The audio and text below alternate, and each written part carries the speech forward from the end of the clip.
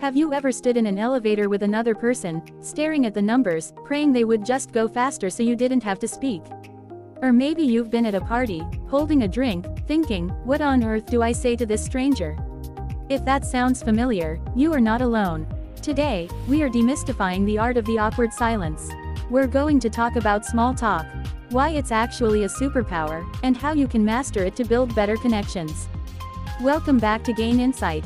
I'm your host, Sarah, and I'm so glad you're here. Before we dive in, let's talk about the term itself, small talk.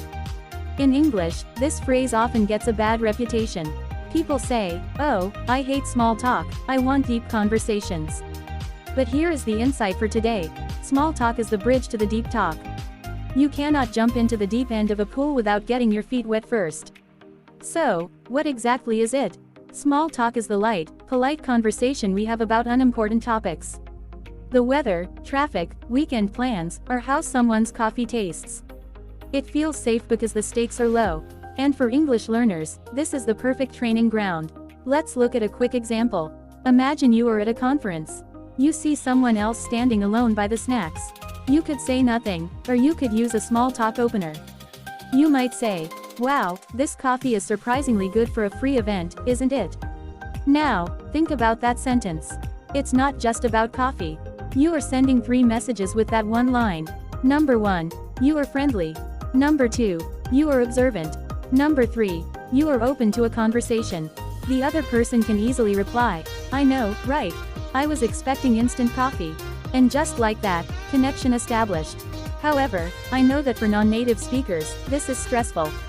You are not just thinking of what to say, you are thinking about grammar, vocabulary, and pronunciation all at once. It can be exhausting. So, here is insight strategy number 1, the form method. This is a classic technique to remember what to talk about. FORM. F stands for family. Do you have any kids? Or, are you visiting family this weekend? O stands for occupation. What do you do for work? Or, are you busy with work this time of year? R stands for recreation. Have you seen any good movies lately? Or, do you like hiking?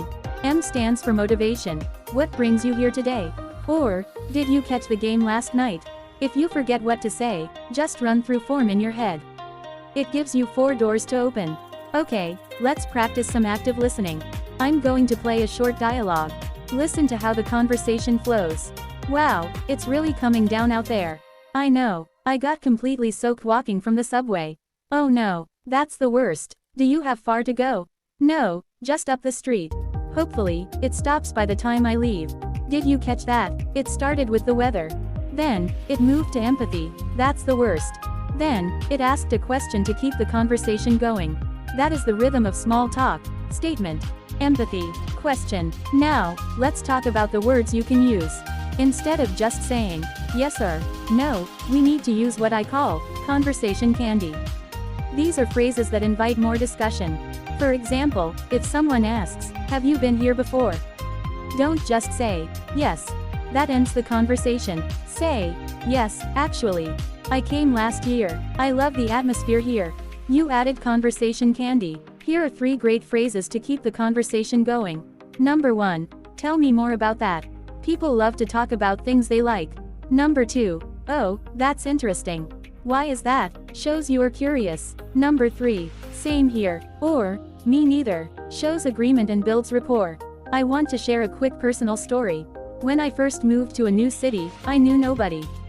I was lonely, but I forced myself to make small talk with the barista at my local coffee shop every morning.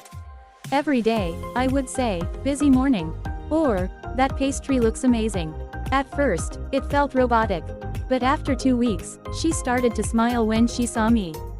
She started asking me questions. Eventually, she introduced me to her friends. That small talk turned into a community. It works. Of course, there are cultural differences. In some cultures, asking, "What do you do for work?" is normal. In others, that might be too direct. The beautiful thing about Gain Insight is that we learn to observe.